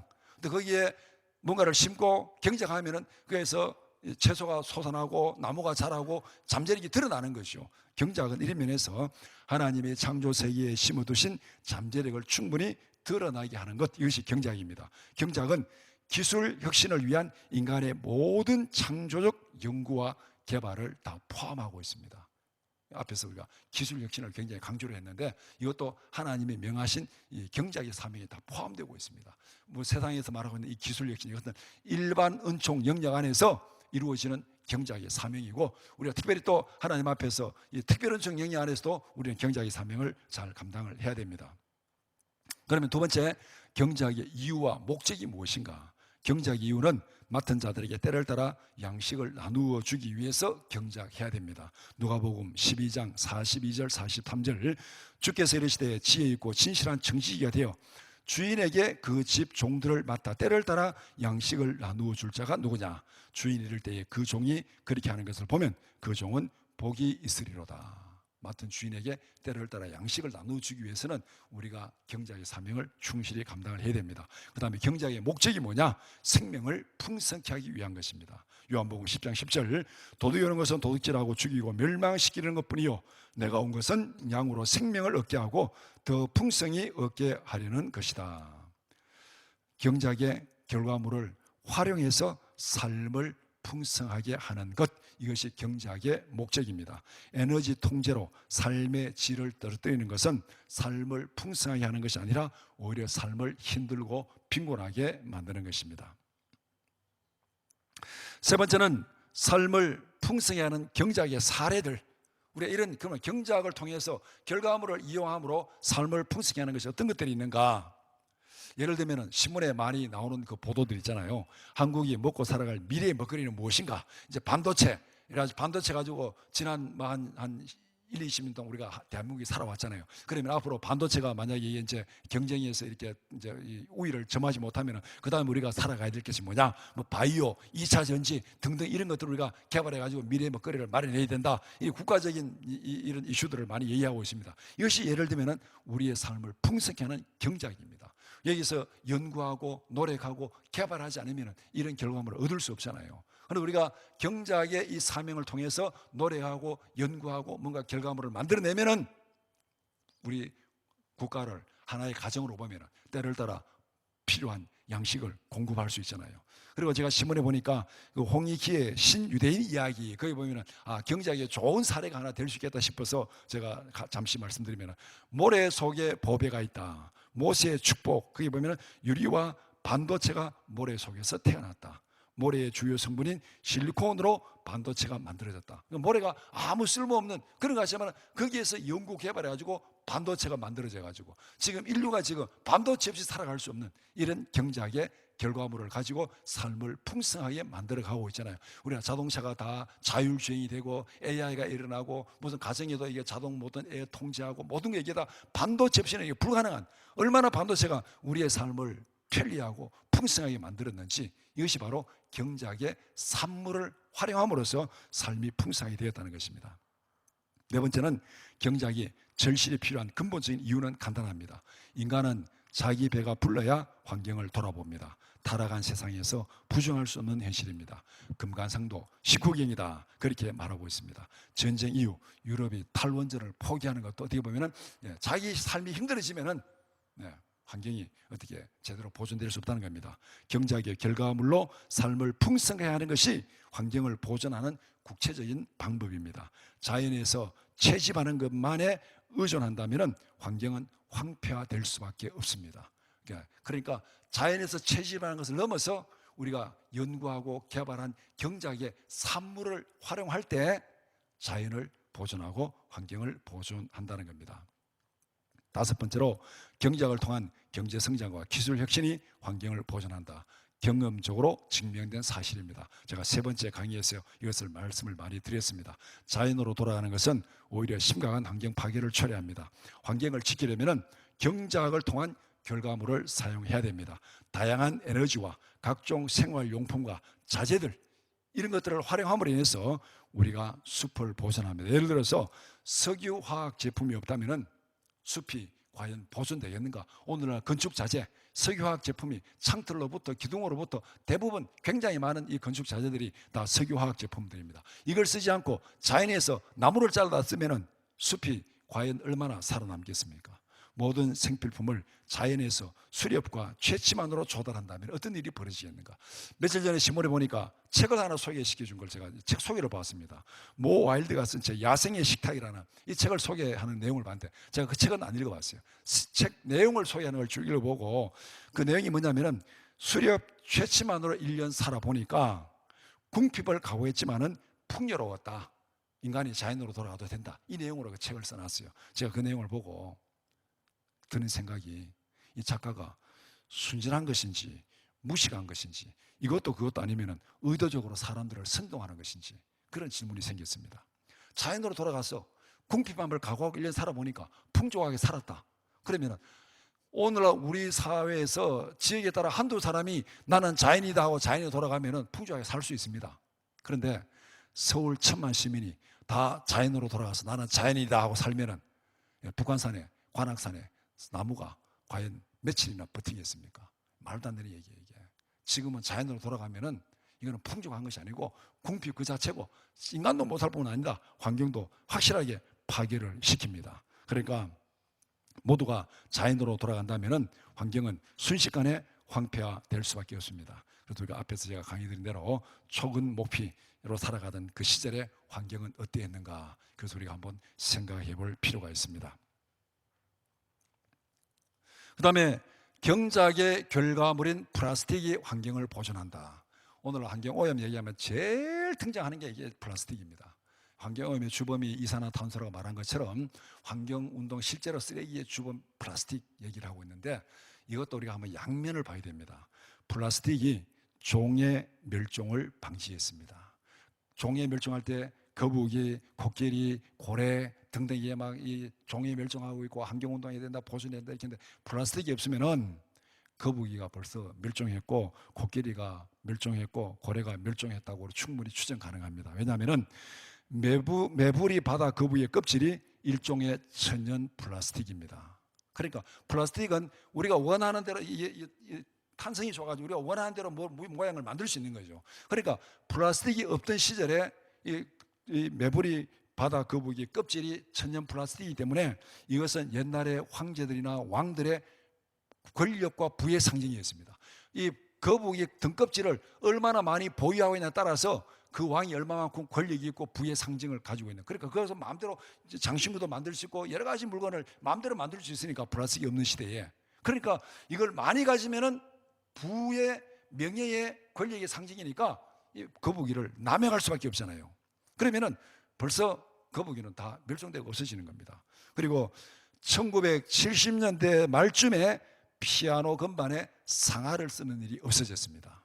그 전까지는 피아노 건반에 상아를 쓰고 지금도 만약에 피아노 건반에 상아를 쓴다면 코끼리가 살아남겠습니까? 석유가 조명용 고래 기름을 대체했습니다. 지금도 이 석유나 화석 에너지를 쓰지 않고 고래 기름을 짜가지고 조명용 기름을 쓴다면은 그 고래가 지금 살아남아 있겠습니까? 그렇기 때문에 우리는 플라스틱의 양면을 봐야 됩니다. 플라스틱이 없는 생활이 가능하겠는가? 지금 오늘 우리의 삶에서 플라스틱이 없는 생활이 가능하겠는가? 제가 지금 들고 있는 이 마이크 이것도 플라스틱 제품이고, 이 리모컨도 플라스틱 제품이고, 앞에 있는 강단도 이거 플라스틱 제품이고, 우리가 쇼핑하면은 그 비닐백부터 시작해가지고 전부 플라스틱이잖아요. 뭐 여러분들 음식 시키면은 일회용 배달해주는 그릇부터 해가지고 전부 플라스틱 제품입니다. 만약 우리의 생활 속에서 플라스틱 빼버리면은 삶이 불가능합니다. 거의 모든 것이 플라스틱 제품입니다. 그런데 이런 플라스틱이 숲을 보존했습니다. 건축 자재 대체한 거죠, 플라스틱이.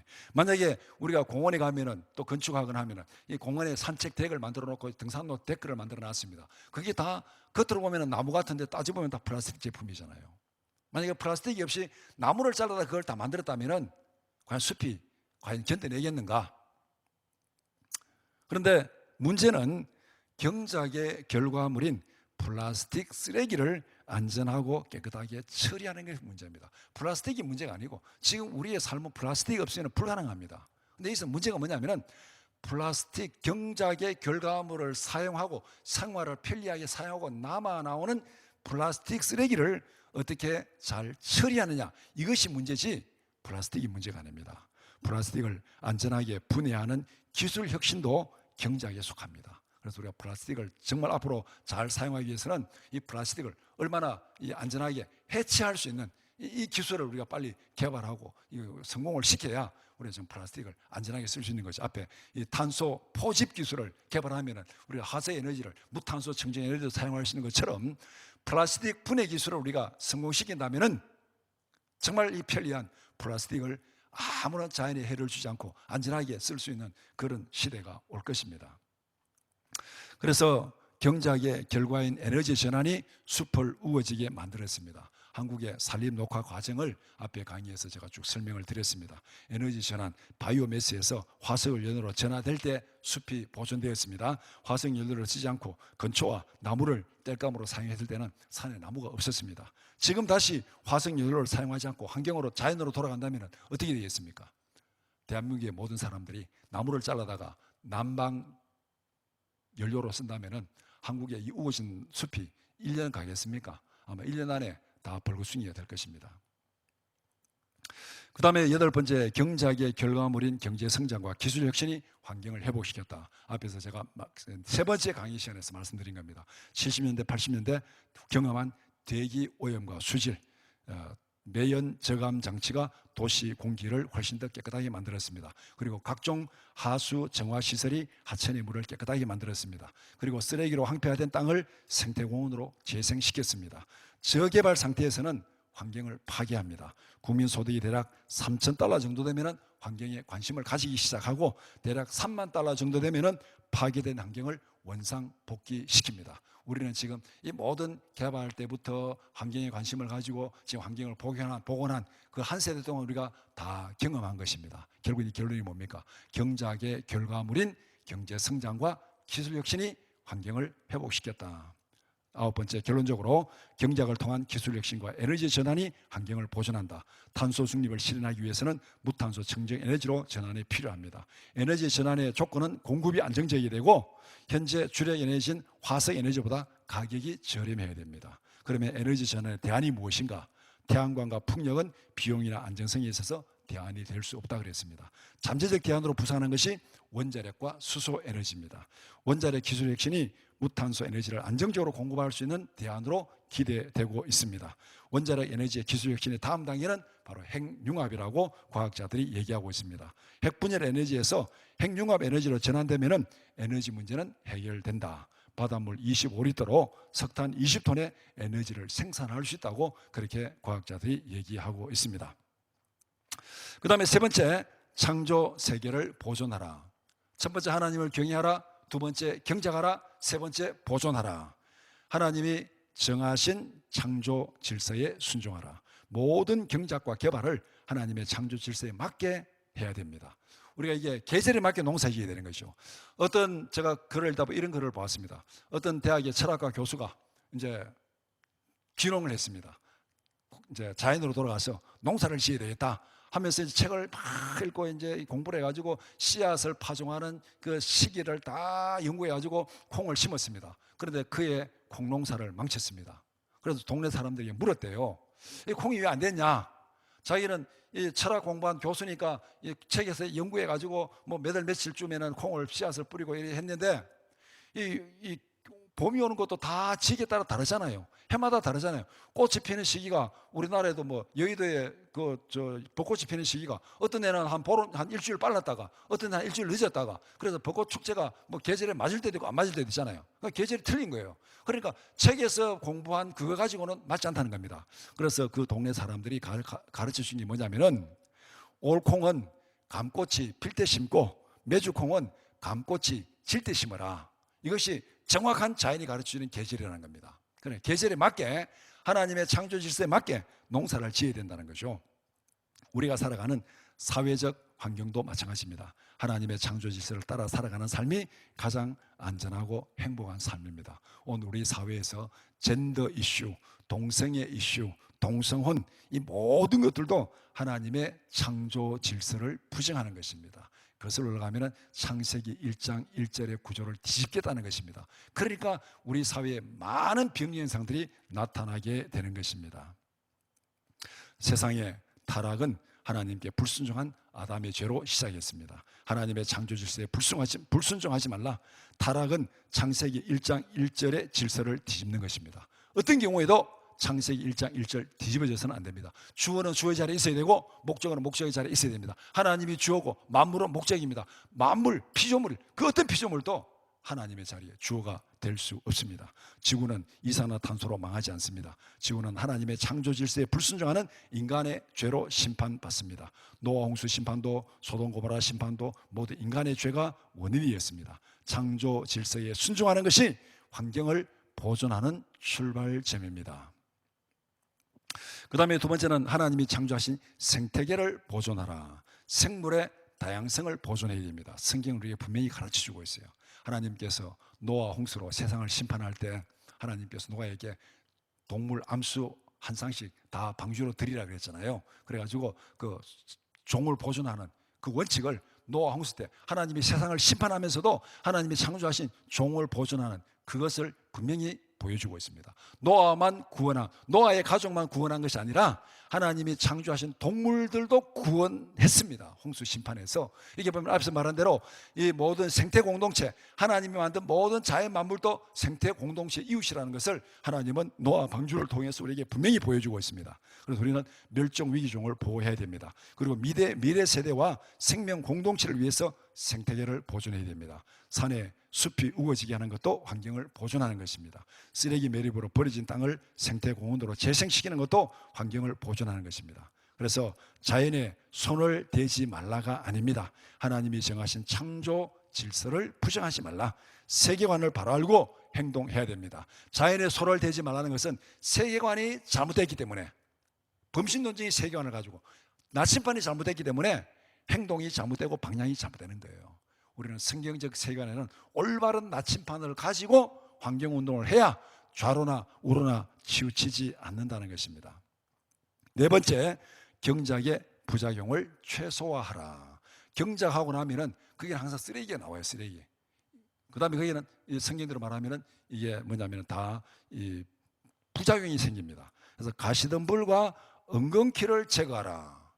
열심히 땅을 갈고 뭐 이마에 땀을 흘리고 그렇게 경작하는데 거기에 가시덤불과 엉겅퀴가 돋아나게 되어 있습니다. 이게 경작의 부작용입니다. 이 부작용을 제거하라. 하나님이 주신 삶의 터전을 깨끗하고 안전하게 보존해야 됩니다. 하나님이 주신 삶의 터전을 돼지우리로 만들지 말라. 아파트 세입자가 주인의 허락도 없이 집을 마음대로 막 훼손하고 막 구조 변경하고 이렇게 한다면 그게 지금 말이 안 되는 얘기잖아요.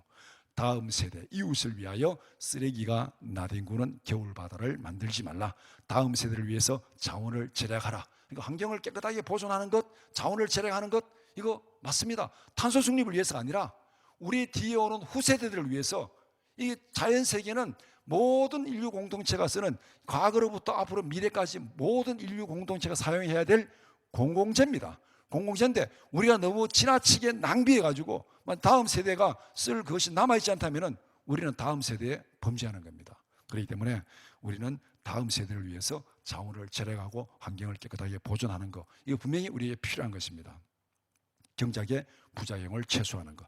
타락 이후에 모든 경제활동에는 부작용이 따르게 되어 있습니다. 세상에 부작용이 없는 것은 아무것도 없습니다. 우리 옛날 어른들이 말하는 속담에 산이 높으면 고을도 깊다.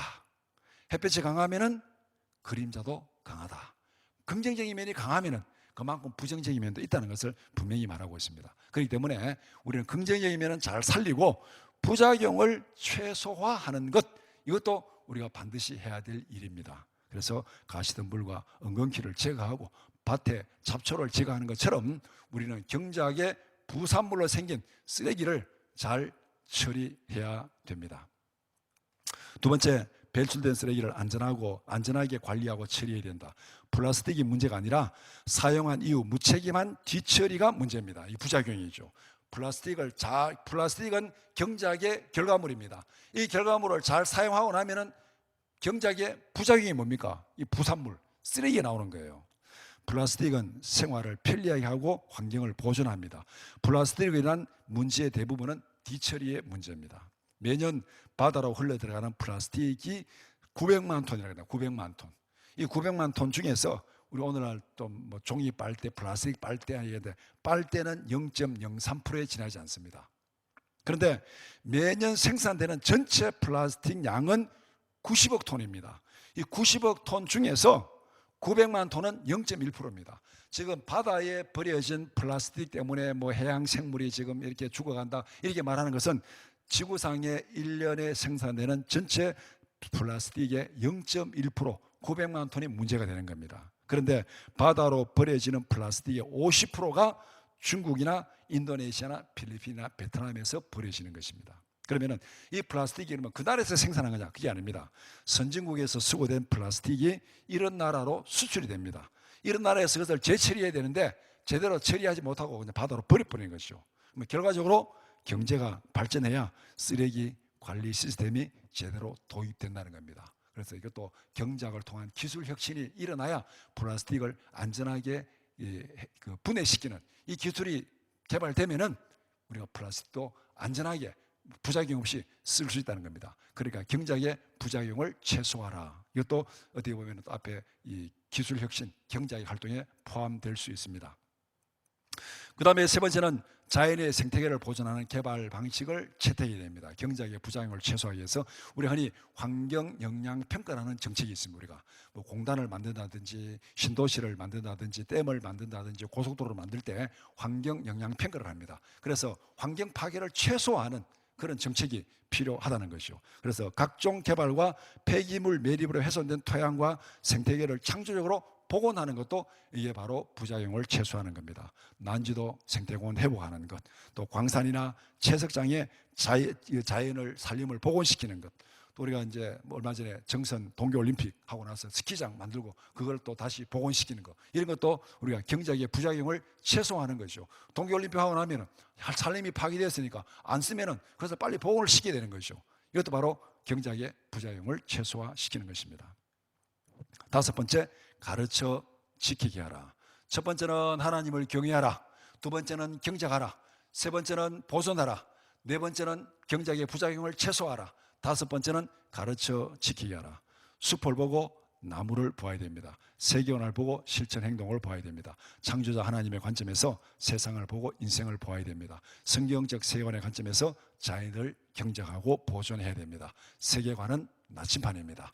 우리가 나침판을 잊어버리면 성경적 세계관은 우리가 하나님을 경외하는 하나님 중심적인 삶을 사는데 반드시 필요한 나침판이 성경적 세계관입니다. 이 세계관에서 벗어나면은 범신론에 빠지거나 아니면은 인간 중심주의에 빠져버립니다. 올바른 환경운동을 위해서는 청지기적 세계관을 회복해야 됩니다. 올바른 환경운동의 실천을 위해서는 청지기적 사명감을 회복해야 됩니다. 올바른 환경운동을 위해서 성경적 세계관과 청지기적 사명감을 가르쳐 지키게 해야 됩니다. 교회가 할 수 있는 가장 중요한 사명이 가르쳐 지키게 하는 겁니다. 환경운동에서도 마찬가지입니다. 교회가 무슨 쓰레기 분리하고 교회가 무슨 뭐 플라스틱 줄이고 이런 것도 필요합니다. 또 이면지 사용하고 이것도 필요하지만은 이거는 교회가 하는 1차적인 사명은 아니에요. 쓰레기 분리하고 이런 것은 어떻게 보면 국가가 하는 1차적인 사명이죠. 교회가 이걸 분명히 힘쓰고 노력하고 협조를 해야 되는 거 이건 맞습니다. 맞지만은 교회가 하는 1차적인 사명이 이거 아닙니다. 교회가 하는 1차적인 사명, 환경운동에 있어서도 가르쳐 지키게 하는 것이 교회가 하는 1차적인 사명입니다. 환경위기를 바로 알리는 것, 성경적 세계관의 기초에서 기후 종말론이 뭐가 잘못됐는지 분명히 알리는 것, 그리고 성경적 세계관에 기초한 환경운동이 뭔지를 가르쳐서 지키게 하는 것, 이것이 교회가 해야 될 환경운동의 첫 번째입니다. 그러니까 오늘날 교회가 환경운동하면서 엉뚱한 부수적인 것에 너무 에너지를 낭비하고 방향을 잘못 잡는 경우들이 많이 있습니다. 그 부수적인 거 하지 말라는 게 아니에요. 해야 됩니다. 그러나 진짜 중요한 것은 성경적 관점에서 뭐가 옳은 것이고 뭐가 잘못된 것이고, 성경적 관점에서 어떻게 자연을 대해야 되고 어떻게 환경을 보존하고 어떻게 경제해야 되는지 그것을 바로 가르쳐서 지키게 하는 것, 이것이 교회가 진짜 해야 될 환경운동입니다. 제가 이 4번의 강의를 통해서 강조하고자 하는 것이 바로 이것입니다. 정말 교회가 환경운동에서 해야 될 사명이 뭔지 그것을 바로 알고 바로 가르치고 바로 깨우쳐주고 바로 지키기 위해서 하는 것, 이것입니다. 결론적인 요약을 하면은 첫 번째, 성경적 환경 청지기론이 추구하는 목표, 타락한 세상을 하나님이 보시기에 좋은 세상으로 만들어가는 것. 그러니까 환경 청지기론이라고 제가 큰 타이틀을 붙였는데, 환경 청지기론의 추구하는 목표가 뭐냐? 타락한 세상을, 자연은 지금 온전한 그게 아니에요. 타락했습니다. 타락한 세상을 하나님이 보시기에 좋은 세상으로 만들어가는 것. 두 번째는 하나님을 경외하는 마음으로 생명을 살리고 풍성케 하기 위해서 자연환경을 보다 더 안전하고 깨끗하게 경작하고 보존하는 것, 이것이 성경적 환경 청지기론이 추구하는 목표입니다. 그러면은 성경적 환경 청지기의 구체적 실천 행동, 많이 설명하면 잊어버리니까 이 5가지로 제가 딱 요약을 했습니다. 첫 번째, 예배. 예배는 좀 이게 포괄적, 그냥 교회 안에서 주일날 예배드리는 그런 예배가 아니라 삶으로 드리는 그런 예배를 포함해서 우리의 삶으로 드리는 거룩한, 우리의 몸을 거룩한 산 제사로 드리는 정말 삶의 예배를 얘기하고 있습니다.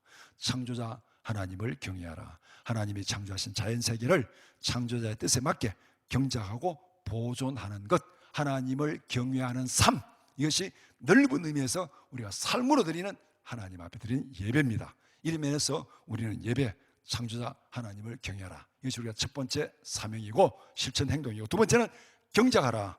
창조세계를 경작하라. 하나님께서 창조세계에 묻어두신 잠재력을 충분히 드러내어 생명을 풍성케 해야 됩니다.